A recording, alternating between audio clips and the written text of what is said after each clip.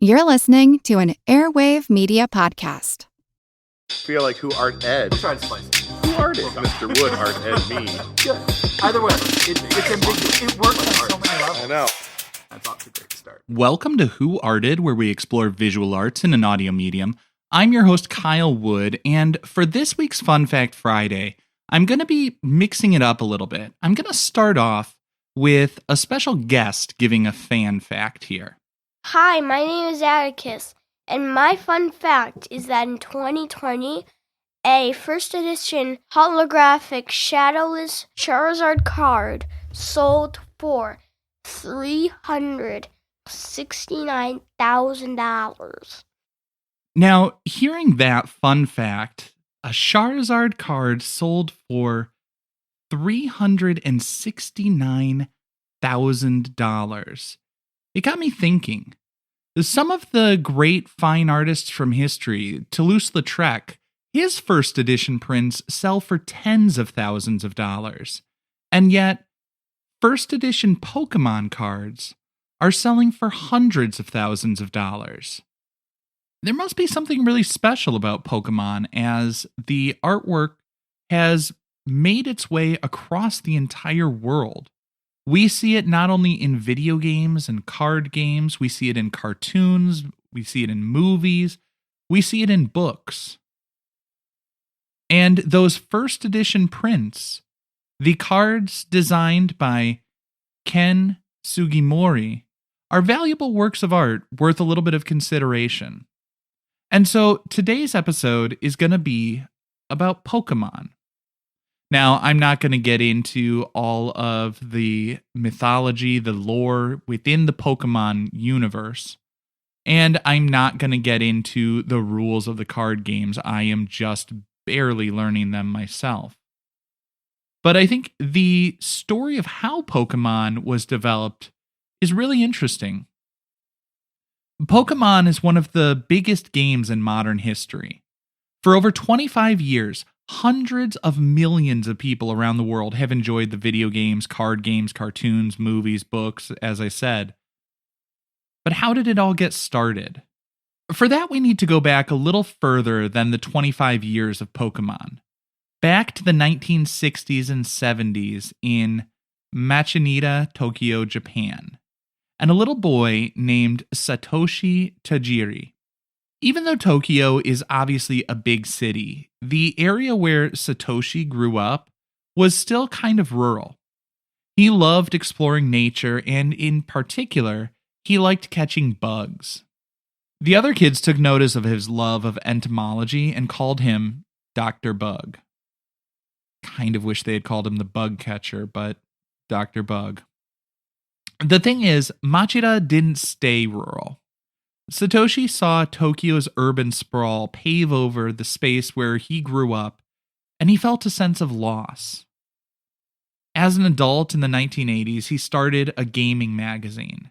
Then he decided that making his own games would be more satisfying than writing about other people's games. He and his friends started a video game company, Game Freak, with some modest success early on. In the early 1990s, Satoshi came up with the idea for a game inspired by his childhood. He thought about all the kids growing up in cities who wouldn't get the chance to enjoy exploring nature and collecting bugs as he had. He thought it would be great to build a game around this idea with a kid collecting fantasy creatures called pocket monsters. It just so happens that he was bringing this pitch to the perfect company. He brought it to Nintendo, and listeners might recall my previous episode on Shigeru Miyamoto and his development of Mario and Zelda, two of Nintendo's biggest games. Miyamoto had been inspired by a similar experience exploring the mountains and rural areas in Japan. Who knew the biggest video games out there were inspired by nature, but the scenic areas in Japan must be something truly awe-inspiring. Anyways, Nintendo took a chance on the pitch for Pocket Monsters developed by Satoshi and his friend Ken Sugimori. Sugimori is an illustrator, and he is the one who came up with those first edition Pokemons. It was something like 150 different characters developed by Ken, and a couple of other illustrators I think helped him out along the way.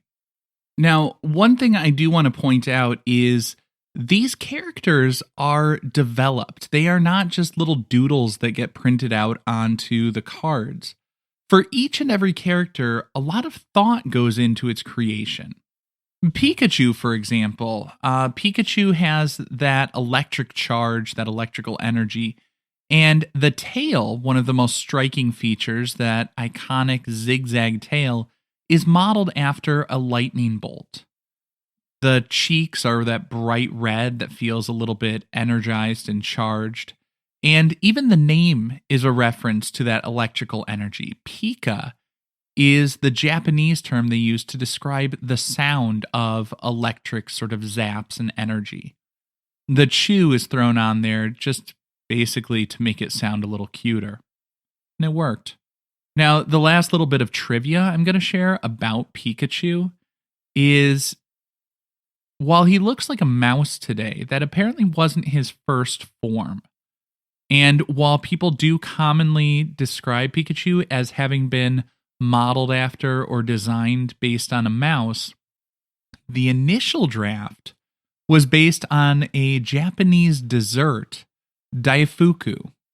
The initial artist is quoted as saying, "I didn't draw it on paper and directly designed the pixel art, so there isn't any data of it now. But the first prototype I designed for Pikachu was a daifuku-like creature in the shape of a long daifuku with ears sticking out. I'll leave the rest to your imagination, but it was nothing like the Pikachu you know today." Now, aside from the fact that apparently Pikachu started off as a blob, like that sort of semi-spherical dessert with ears sticking out of it, one of the things I gleaned from this is the fact that these Pokemon characters go through a series of stages, of revisions. They evolve before they take on the final form that we all see and appreciate in the cards and in the games. But let's go back to the early 1990s, those early days as they were developing Pocket Monsters, which later became Pokemon. Even though they got their big break and Nintendo was giving them a chance, it took quite a bit of work to develop Pokemon. Miyamoto actually mentored them, working with the team for 6 years to take Pocket Monsters from interesting concept to actual game. It was developed for Game Boy, a handheld gaming system that accepted cartridges, and players could trade monsters using a cable to connect the Game Boys.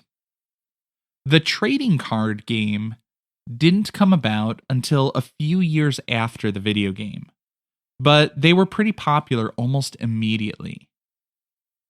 For those wondering why I would dedicate an episode to the art of a game, here are a few stats to help understand the cultural significance of Pokemon. As of the time of this recording, well over 43 billion cards have been printed. That means that Pokemon cards outnumber humans 5-1. Some of those cards can fetch auction prices on par with famous paintings. As you heard before, in 2020, a first edition holographic shadowless Charizard card sold for $369,000. Of course, Pokemon is more than just cards and video games. It's books, it is cartoons, there's a story. But interestingly, the story doesn't play out the same all around the world. Here in America and a lot of the world, Pokemon cartoons are about Ash, a young boy trying to collect all of the Pokemon, or Pocket Monsters. It was shortened to Pokemon. But in Japan, his name is Satoshi, after the creator of Pokemon. And another character American audiences know as Gary, sort of Ash's rival, his name is Shigeru in Japan. He's named after the guy who helped Satoshi develop the Pokemon game. I think there's something really beautiful about the way that Satoshi and Shigeru are immortalized as cartoon characters, forever holding on to their youth and that adventurous spirit, so they have time to catch 'em all. Now, if you have a favorite fun fact or interesting story about your favorite artist or artwork, I would love to hear it. You can email me, whoartedpodcast@gmail.com, or share it on social media at whoartedpodcast on Twitter, TikTok, and Instagram. And of course, as always, if you're enjoying the show, please tell a friend, leave a rating or review on your favorite podcast app to help others discover the show. This concludes this week's episode of Who Arted, part of the Airwave Media Podcast Network. If you found this tolerable, please leave a rating or review on your favorite podcast app. You can find images of the work being discussed this week and every week on social media at Who Arted Podcast on Twitter, Instagram, and TikTok, and of course on the website whoartedpodcast.com. Podcast done.